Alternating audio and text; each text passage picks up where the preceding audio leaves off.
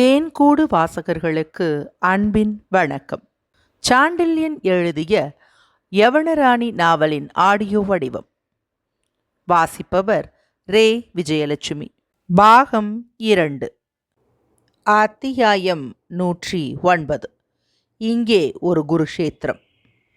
தலைதவச் சென்று தன்பனை எடுப்பி வெண்பூ கரும்பொடு சென்னல் நீடி மாயிதழ் குவளையொடு நெய்தலும் மயங்கி கராங்கலித்த கண்ணகன் பொய்கை கொழுங்காட்புதவமொடு செருநதி நீடிச் செருவும் பாவியும் மயங்கி நீரற்று.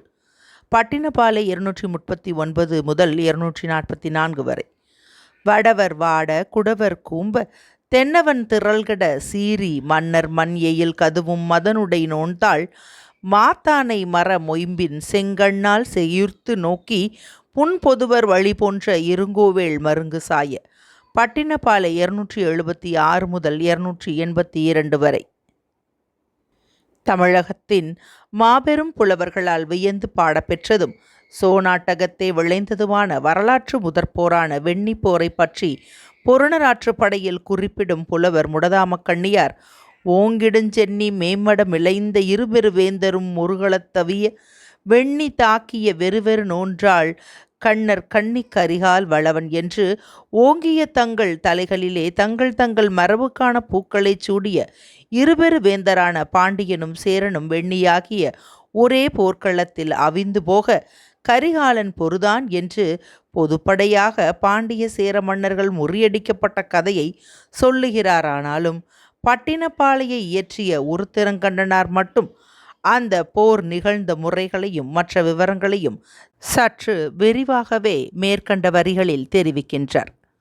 தலைதவச் சென்று தன்பனை எடுப்பி என்பதாலே எதிரிகள் அரண்களை நோக்கிச் சென்று மருத நிலத்திலுள்ள குடிகளை கரிகாலன் முதலில் ஓட்டினான் என்றும், வெண்பூ கரும்பொடு சென்னல் நீடி என்பதாலே கரும்பு தோட்டங்களையும் பயிர் பச்சைகளையும் அழித்தான் என்றும், செருவும் பாவியும் மயங்கி நீரற்று என்பதாலே ஏரி குளம் குட்டை முதலிய நீர்நிலைகளை அழித்தான் என்றும் உருத்திரங்கண்ணனார் விவரிக்கிறார். போருக்கு பூர்வாங்கமான இந்த அழிவு தொழில்களை செய்த பின்பு இருங்கோவேலுடன் இணைந்த வடநாட்டு வீரர்களை முறியடித்ததன்றி குடதிசை கோமானான சேரனும் தென்னவனான பாண்டியனும் திறன்கட சமர் புரிந்து இருங்கோவேள் மருங்கு சாய அழிந்து போகவும் போரை முடித்தான் கரிகாலன் என்று தெளிவாக சொல்லுகிறார் பட்டினப்பாலையின் ஆசிரியர். கரிகாலன் பாசறையில் நடந்த மந்திராலோசனையின் போது நுழைந்த சோழர் படை உபதலைவனான இளஞ்செழியன் கூறிய போர் முறை இதுதான். ஆனால் அந்த போர் முறையை ஆரம்பத்தில் எறும்பிடர் தலையார் மட்டுமல்ல, மன்னனே கூட ஒப்புக்கொள்வது மிக கடினமாயிருந்தது. இளஞ்செழியனிடம் இருக்கும் பாதிப்பட்டு சீலையில் மீதி திட்டம் இருக்கும் என்று நம்பிய கரிகாலனும் படைத்தலைவர்களும் அந்த திட்டம் மருத நிலத்து குடிகளை விரட்டவும் மக்கள் பயிர் பச்சைகளையும் நீர்நிலைகளையும் அழிக்கவும் வழிகாட்டும் என யாரும் நம்பாததால் அதற்கு முதலில் எதிர்ப்பு மிக கடினமாயிருந்தது. அப்படி ஏற்பட்ட எதிர்ப்பை எதிர்பார்த்தே வந்த இளஞ்செழியன் சந்தேகமும் சஞ்சலமும் நிரம்பிய உள்ளத்துடனும் வெளிக்கு மட்டும் புன்னகை பூத்த வதனத்துடனும் அன்று கரிகாலனின் பாசறைக்குள் நுழைந்தான். அவன் நுழைந்தபோது கரிகாலனுக்கு எதிரே மஞ்சத்தில் விரிந்து கிடந்த பட்டுச்சீலையை பற்றிய விவாதம் பலமாக நடந்து கொண்டிருந்ததால் அவர்கள் அபிப்பிராயங்கள் எந்த திக்கில் ஓடுகின்றன என்பதை கவனிக்க சில வினாடிகள் பாசறை வாயிலிலேயே நின்றான். வெண்ணி பரந்தலை பொட்டல் வெளியில் எதிரிகளின் பலமான படைகளை நமது சொற்ப படைகளை கொண்டு எப்படி எதிர்க்க முடியும் என்று கரிகாலன் எழுப்பிய கேள்வியையும், படைத்தலைவர் வரும் வரை தாமதிப்போம் என்று பிரம்மானந்தர் சொன்ன யோசனையையும், தாமதத்தால் தாக்குவதற்கு பலவீனம் என்று இரும்பிடர் தலையார் சுட்டி காட்டியதையும் கேட்டுக்கொண்டு நின்ற இளஞ்செழியன் அதற்கு மேல் தான் தாமதிப்பது சரியல்லவென்று தீர்மானித்து, அதை நானும் அறிவேன் என்று சொல்லிக்கொண்டு அந்த மந்திராலோசனை சபையில் நுழைந்ததும் மன்னன் பிரம்மானந்தர் நீங்களாக மற்ற படைத்தலைவர்கள் அனைவரும், ஏன் அல்லியும் இரும்பிடர் தலையாரும் கூட தங்கள் ஆசனங்களிலிருந்து எழுந்து நின்றார்கள். அப்படி சோழ நாட்டு பெரும்படை தலைவர்களெல்லாம் தன்னை வணங்க எழுந்ததால் உள்ளம் பூரிக்க பெருமிதமடைந்த சோழர் படை உபதலைவனான இளஞ்செழியன் தன் தலைக்கவசத்தை கழற்றி கையில் பிடித்து கொண்டு மன்னனுக்கும் மற்றவர்களுக்கும் தலை தாழ்த்தி வணங்கிவிட்டு தமிழகம் திரும்பியதும் மன்னரை சந்திக்காதது என் குற்றம், மன்னிக்க வேண்டும் என்று மன்னனை நோக்கி சம்பிரதாயமான வார்த்தைகளையும் சொன்னான். கரிகாலன் சில வினாடிகள் அதற்கு பதிலீதும் சொல்லாமல் படைத்தலைவன் முகத்தை தன் வெள்ளிகளால் கூர்ந்து கவனித்தான். பல நாடுகளில் சஞ்சரித்ததாலும் அங்கு பட்ட அவதிகளாலும் இளஞ்செழியன் முகம் சற்றே நிறம் மாறியிருந்தாலும் அவன் வெளிகளின் கூர்மை பன்மடங்கு அதிகரித்திருந்ததையும் முகத்தில் முன்னைவிட ஒரு நிதானமும் திடமும் இருந்ததையும் கவனித்த மன்னன், எந்நாட்டவரையும் சமாளிக்க வல்ல ஒரு படைத்தலைவன் தனக்கு கிடைத்திருக்கிறான் என்பதை புரிந்து கொண்டான். ஆகையால் அரச காரியத்தில் ஈடுபட்டிருப்பவர்கள் அரசனை காணாதது குற்றமல்ல படைத்தலைவரே, இதில் மன்னிப்புக்கு ஏதும் இடமில்லை என்று பதில் சொன்னான். சின்ன மரியாதைகளிலும் அற்ப கௌரவத்திலும் நாட்டம் கொள்ளாமல் பெரிய விஷயங்களில் மட்டும் கரிகாலன் புத்தி செல்வதை கண்ட இளஞ்செழியன், சோழ நாட்டின் பெருமையை பெரிதும் விஸ்தரிக்கக்கூடிய மன்னன் அதற்கு கிடைத்து விட்டான் என்று உள்ளூர உவகை கொண்டதன்றி, மன்னிப்பதற்கு இடமில்லை என்று சொல்வது மன்னரின் தாராளத்தை காட்டுகிறது என்று மீண்டும் சம்பிரதாயமாக பேசினான். மன்னனுக்கும் படைத்தலைவனுக்கும் நிகழ்ந்த இந்த சம்பிரதாய பேச்சு ஒரு மந்திராலோசனை சபைக்கு ஏற்றதே என்றாலும் முன்னின்ற போரின் காரணமாக அதை ரசிக்கும் மனப்பான்மை மற்ற படைத்தலைவர்களுக்கோ பிரம்மானந்தருக்கோ இல்லாததால் அவர்கள் பெரிதும் சங்கடப்பட்டு இருந்த இடத்தில் சிறிது அசைந்து கொடுத்தார்கள். இரும்பிடர் தலையார் மட்டும் அத்தகைய சங்கடம் ஏதும் இல்லாமல், மன்னர் முடிசூடியதும் உறையூர் கொழுமண்டபத்தில் சம்பிரதாயங்களை வைத்துக் கொள்வோம், இப்பொழுது போர் திட்டத்தை கவனிப்போம் என்று இடியென முழங்கினார். இரும்பிடர் தலையார் கவலையால் அப்படி இறைந்ததை கேட்ட கரிகாலன் மற்ற படைத்தலைவர்களையும் பிரம்மானந்தர் அல்லி இவர்களையும் உட்கார பணித்ததன்றி காவலரை விழித்து இளஞ்செழியனுக்கும் ஓர் ஆசனம் கொண்டு வர உத்தரவிட்டான். காவலர் ஆசனம் கொண்டு வந்ததும் பிரம்மானந்தருக்கும் மன்னனுக்கும் இடையே அமர்ந்த இளஞ்செழியன் இரும்பிடர் தலையார் மட்டும் உட்காராமல் பட்டுச்சீலை விரித்து கிடந்த மஞ்சத்துக்கு எதிரே இடுப்பில் கை வைத்து கொண்டு நிற்பதை பார்த்து, ஏன் தாங்களும் உட்காரலாமே என்று மரியாதையுடன் கூறினான். இரும்பிடர் தலையாரின் மனம் அப்பொழுது அந்த மரியாதையை ஏற்கும் நிலையில் இல்லாததால், அவசியமில்லை, நின்று கொண்டே பட்டுச்சீலையை கவனிக்கிறேன், இந்த நிலையில் சீலையில் உள்ள கோடுகள் நன்றாக தெரிகின்றன என்று பதிலிருத்தார். அதற்கு மேல் ஏதும் பேசாத இளஞ்செழியன் தன் இடைக்கச்சையில் இருந்த மீதி பாதி பட்டுச்சீலையை எடுத்து எதிரே மஞ்சத்தில் இருந்த பாதியுடன் அதை இணைத்தான். பிறகு யாருக்காவது சந்தேகம் வந்தால் இடங்களை சுட்டிக்காட்டி விளக்க தன் கச்சையில் இருந்த குருவாளையும் எடுத்து தன்னெதிரே மஞ்சத்தின் முகப்பில் வைத்து கொண்டான். ஆனால் கேள்விகள் கிளம்ப சற்று நேரம் பிடித்திருந்ததால் தன் மஞ்சத்தில் நன்றாக சாய்ந்து கொண்டான் இளஞ்செழியன். ஒன்றாக இணைக்கப்பட்டதால் சச்சதுரமாக பூர்த்தியாகி மஞ்சத்தில் கிடந்த பட்டுச்சீலையின் மீது 30 கண்கள் நீண்ட நேரம் நிலைத்து நிற்கின்றன. சீலையை நோக்க நோக்க அந்த கண்களில் மட்டுமின்றி கண்களை தாங்கி நின்ற முகங்களிலும் ஆச்சரியமும் கவலையும் சந்தேகமும் மாறி மாறி தாண்டவமாடின. அதில் கண்ட திட்டம் முன்னைவிட நன்றாக புரிந்தது மன்னனுக்கும் மற்றவர்களுக்கும். திட்டம் புரிந்தது மட்டுமல்ல, துணிகரமான அந்த திட்டத்தில் அபாய நிலைகளும் நிரம்பி கிடப்பதை படைத்தலைவர்கள் கண்டார்கள். எல்லோரையும் விட இரும்பிடர் தலையாரே அபாய நிலைகளை நிரம்ப கண்டாராகையால் முதல் கேள்வியை அவரே எழுப்பினார். வெண்ணி பரந்தலையில் எதிரிகளை சந்திக்க திட்டமிட்டிருக்கிறீர்கள் படைத்தலைவரே, அந்த பெரும் சிவப்பு புள்ளி அதைத்தானே குறிக்கிறது என்று வினவினார் கடுமையாக. இளஞ்செழியன் சலனமற்ற தன் கண்களை அவரை நோக்கி உயர்த்தி, ஆம் பிடர் தலையாரே, அதைத்தான் குறிக்கிறது என்றான். பிடர் தலையார் ஆத்திரத்தால் சற்றே தொண்டையை கனைத்தார். உறையூரிலிருந்து இது கிழக்கே எத்தனை காதம் தெரியுமா என்று வினவினார். தெரியும், சுமார் 4 காத தூரம் என்றான் இளஞ்செழியன். இன்னும் 1.5 காதம் கிழக்கே வந்தால் கடற்கரை இருக்கிறது என்று சுட்டி காட்டினார் பிடர் தலையார். ஆம், நாகையின் கடற்கரை. நிம்மதியாக உறையூரிலும் அதற்கு எதிரிலும் படைகளை அணிவகுத்து நிறுத்தி நம்மை எதிர்பார்த்து நிற்பான் இருங்கோவேள். ஆம், அவனுக்கு 8 காதத்தில் மேற்கே கருவூர் வஞ்சியில் பெருஞ்சேரலாதன் இருக்கிறான். உண்மை. தெற்கே இருக்கிறான் தென்னவன் பாண்டியன். அதனால் என்ன, அந்த இருவரும் நமது படைகளை கடக்காமலே உறையூரை அடைய முடியும். இதெல்லாம் தெரிந்த விஷயம். இது மட்டுமல்ல தெரிந்த விஷயம் படைத்தலைவரே, நாம் படையெடுக்கப் போகும் செய்தி இருங்கோவேளுக்கு எப்படியோ எட்டியிருக்கிறது. பெருஞ்சேரலாதனும் பாண்டியனும் பெரும் படைகளுடன் உறையூரை நோக்கி கிளம்பிவிட்டார்கள். இன்னும் 4 நாட்களில் உறையூர் பலமாக பாதுகாக்கப்படும். முன்னோடி படைகள் கிழக்கே 2 காதம் வரை சோழர் தலைநகரை பாதுகாத்து நிற்கும். பாதுகாத்து நிற்கட்டும். இதுவரை பொறுமையாயிருந்த மற்ற படைத்தலைவர்கள் பொறுமை இழந்து முணுமுணுத்தார்கள். இரும்பிடர் தலையார் அறவே பொறுமை இழந்து, இத்தனை பாதுகாப்பில் படைபலத்தில் இருக்கும் இருங்கோவேள் சகல படைகளுடன் எதற்காக வெண்ணி பொட்டலுக்கு வர வேண்டும்? அவன் அரண்களுக்குள்ளே இருந்தால் அவனை எப்படி அணுகுவதாக உத்தேசம்? இந்த சீலையில் என்ன வழி இருக்கிறது என்று இறைந்தார். மன்னன் இரும்பிடர் தலையாரைப் போல் பொறுமையை இழக்கவில்லை என்றாலும் சற்று கவலையை காட்டினான்.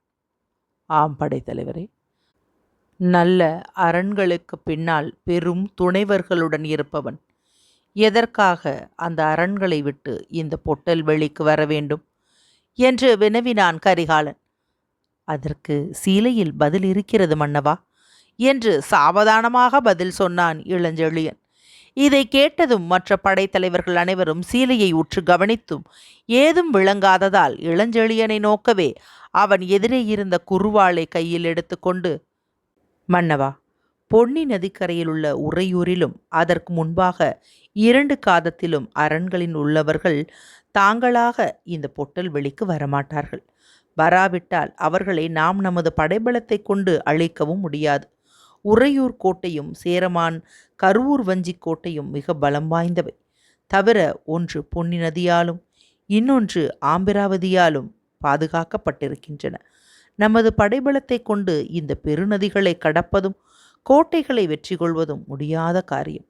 ஆகவே இந்த அரண்களிலிருந்து வெளியே எதிரிகளை இழுக்க வேண்டும் என்று கூறிய இளஞ்செழியன் தனது குறுவாளை கொண்டு பட்டுச்சீலையில் இருந்த சிவப்பு புள்ளியின் மேலே இருந்த சில கரும்புள்ளிகளையும் கோடுகளையும் சுட்டிக்காட்டி, இந்த பகுதி உறையூருக்கும் வெண்ணிக்கும் இடையேயுள்ள மருத நிலம் என்றான். அதுவரை குழம்பி கிடந்த பிரம்மானந்தரின் கண்கள் திடீரென பளிச்சிடுவதை மன்னருக்கு மறுபுறத்தில் அமர்ந்திருந்த அள்ளி கண்டு, சரி சரி, பிரம்மானந்தருக்கும் திட்டம் விளங்கிவிட்டது என்று தனக்குள் சொல்லிக் கொண்டார். படைத்தலைவரே, நன்று நன்று, மிக நன்று என்று குதூகலப்பட்டார். அவர் குதூகலத்துக்கு காரணத்தை புரிந்து கொள்ள முடியாத எறும்பிடர் தலையார், எது நன்று பிரம்மானந்தரே என்று சீறினார். படைத்தலைவரின் திட்டம் என்றார் பிரம்மானந்தர் மந்தகாசத்துடன். ஏன், திட்டம் புரிந்து விட்டதோ என்று இகழ்ச்சியுடன் கிளம்பியது இரும்பிடர் தலையார் கேள்வி. இந்த அடியவனுக்கு ஆண்டவன் சிறிது அறிவை கொடுத்திருக்கிறான் என்று பிரம்மானந்தர் அடக்கமாகவும் விஷமமாகவும் பதில் சொன்னார். கரிகாலன் அவர்கள் இருவர் மீதும் திருப்பிய கூறிய விழிகள் அவர்கள் சண்டைக்கு முற்றுப்புள்ளி வைத்தது. படைத்தலைவரே, திட்டத்தை விளக்கட்டும் என்ற அவன் அதிகார குரல் மற்றவர்களை மௌனத்தில் ஆழ்ந்திடச் செய்தது. இளஞ்செழியன் தன் குறுவாளை கொண்டு பட்டுச்சீலை படத்தில் உள்ள குறிகளுக்கு விளக்கம் கூறினான். இதோ உறையூரிலிருந்து 4 காத தூரத்தில் இருக்கும் வெண்ணிக்கு சற்று முன்பாகவே மருத நிலம் துவங்குகிறது.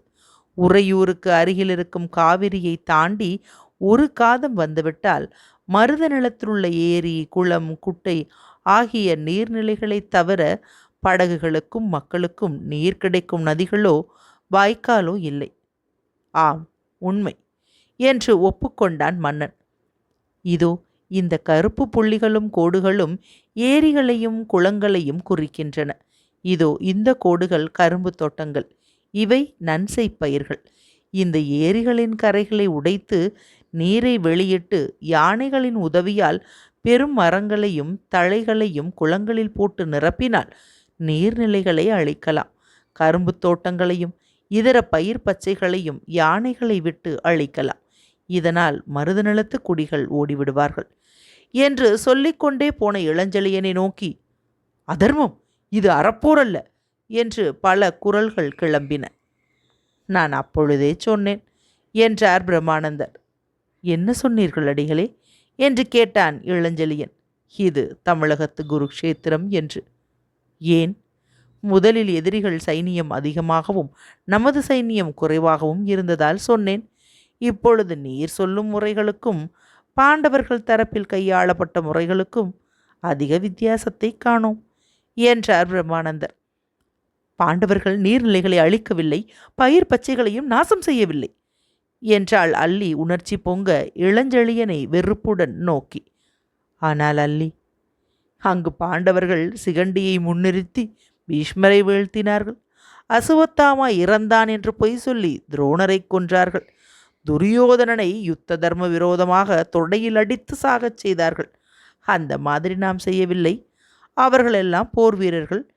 இங்கு நாம் தாக்கப் போவது முதலில் மருதநில குடிகளை என்றார் பிரம்மானந்தர் இகழ்ச்சியுடன். இளஞ்செழியன் திட்டத்தை மன்னனும் ஆட்சேபித்தான். படைத்தலைவரே, இந்த மாதிரி மரப்போர் புரிந்து நாம் முடிசூட இஷ்டப்படவில்லை என்றான். இளஞ்செழியன் ஆசனத்திலிருந்து எழுந்து அந்த மந்திராலோசனை சபையில் இருந்த அனைவரையும் ஒரு முறை சுற்றி நோக்கினான். பிறகு உணர்ச்சி நிரம்பிய குரலில் சொன்னான். மன்னவா, படைத்தலைவர்களே, இந்த யுத்தத்தை குருஷேத்திர யுத்தத்துக்கு ஒப்பிடுகிறார் பிரம்மானந்தர். அதை பற்றி நான் வெட்கப்படவில்லை. மகாபாரத யுத்தத்தை மறப்போர் என்று இதுவரை யாரும் கூறியதாக தெரியவில்லை. யுத்த தந்திரங்களை எல்லாம் அதர்மம் என்று வைத்து கொண்டால் உலகத்தில் யாருமே போரிட முடியாது. போர் சாத்திரத்தில் சொல்லாத எதையும் நான் கூறவில்லை. நீர்நிலைகளையும் பயிர் பச்சைகளையும் அழிக்க நான் ஏன் கூறுகிறேன்? அழிவில் உள்ள ஆசையா? அல்ல அல்ல. நீர்நிலைகளை அழித்து பயிர் பச்சைகளை நாசம் செய்தால்தான் மருத நிலத்து குடிகளை போர் மூலம் இடத்திலிருந்து கிளப்ப முடியும். அவர்கள் உறையூர் சென்று இடும் கூக்குரலும் நீர்நிலைகள் அழிந்ததால் மருத நிலத்தில் நிறுத்தப்பட்டிருக்கும் யானை குதிரை படைகள் நீரின்மையால் தவிப்பதை பற்றி படைத்தலைவர்கள் அனுப்பும் செய்திகளுமே நம்மை தாக்க இருங்கோவேளை தூண்டும். அவன் அங்கு புறப்பட்டதும் வெண்ணிக்கு அருகிலுள்ள அவன் அரண்களையும் நாம் தகர்ப்போம். இது எதிரிகளின் வருகையை துரிதப்படுத்தும். நாட்டு எல்லையில் விளையும் இந்த நாசத்தை தவிர்க்க வெண்ணிக்கு வரும் இருங்கோவேளை நமது படைகள் வெண்ணி பருந்தலையில் சந்திக்கும். வேறு வழியில்லை. வழி இருந்தால் சொல்லுங்கள். பெருஞ்சேரலாதனும் பாண்டியனும் 15 வேளிற்படையும் இணைந்து நிற்கும் பெருங்கூட்டத்தை கடந்து எப்படி உறையூரை தகர்ப்பதாக உத்தேசம்? இந்த கேள்வியை கேட்ட இளஞ்செழியன் சற்று நிதானித்தான். யாரும் பதில் சொல்லாதிருக்கவே அவனே பேசினான். இருங்கோவேள் போன்ற நெறியற்றவனோடு நாம் போராடுகிறோம் என்பதை நினைவு வைத்துக் கொள்ளுங்கள். தவிர நமது படையை விட 4 மடங்கு அதிகமான படைகளுடன் நாம் போராட வேண்டும் என்பதையும் மனதில் கொள்ளுங்கள். ஆகையால் அதில் போர்த்தந்திரம் மிகவும் அவசியம். நான் குடிகளை கொல்லச் சொல்லவில்லை. மருத நிலத்தை விட்டு ஓட்டவே சொல்லுகிறேன். மீண்டும் அவர்களுக்கு நாம் நிலத்தை கொடுக்கலாம். எதிரி படைகளுக்கு நீர் கிடைக்காதிருந்தால்தான் இருங்கோவேள் வெளிவருவான் என்பதற்காகவே அவற்றை உடைக்கச் சொல்கிறேன். மன்னர் முடிசூடிய பின்பு இந்த நீர்நிலைகளை கட்டலாம். காவிரிக்கும் அணை கட்டி நீர்கால்களை மக்களுக்கு நிரம்ப அளிக்கலாம். போர் நாசத்துக்காக ஏற்பட்டது. அதை செய்ய தயங்க வேண்டாம். பிறகு அந்த நாசத்துக்கு பரிகாரம் செய்வோம். இது பிரம்மானந்தர் சொன்னது போல் குருஷேத்திரமாகவே இருக்கட்டும். ஆனால் அதற்கு பின் ஏற்பட்ட நிலை இங்கு ஏற்படாது. கண்டிப்பாய் நாட்டின் வளம் சுரக்கும். இதை சொல்லி உட்கார்ந்த இளஞ்செழியனை சில வினாடிகள் யாரும் எந்த கேள்வியும் கேட்கவில்லை. முடிவில் மன்னனே கேட்டான். வெண்ணி பரந்தலைக்கு எதிரிகளை இழுத்துவிட்டால் வெற்றி நிச்சயமா என்று. நிச்சயம் என்று உறுதி நிரம்பிய குரலில் கூறிய இளஞ்செழியன் அந்த போரின் விவரங்களையும் மிக தெளிவாக மெல்ல மெல்ல விளக்கலானான். அத்தியாயம் 109 நிறைவுற்றது.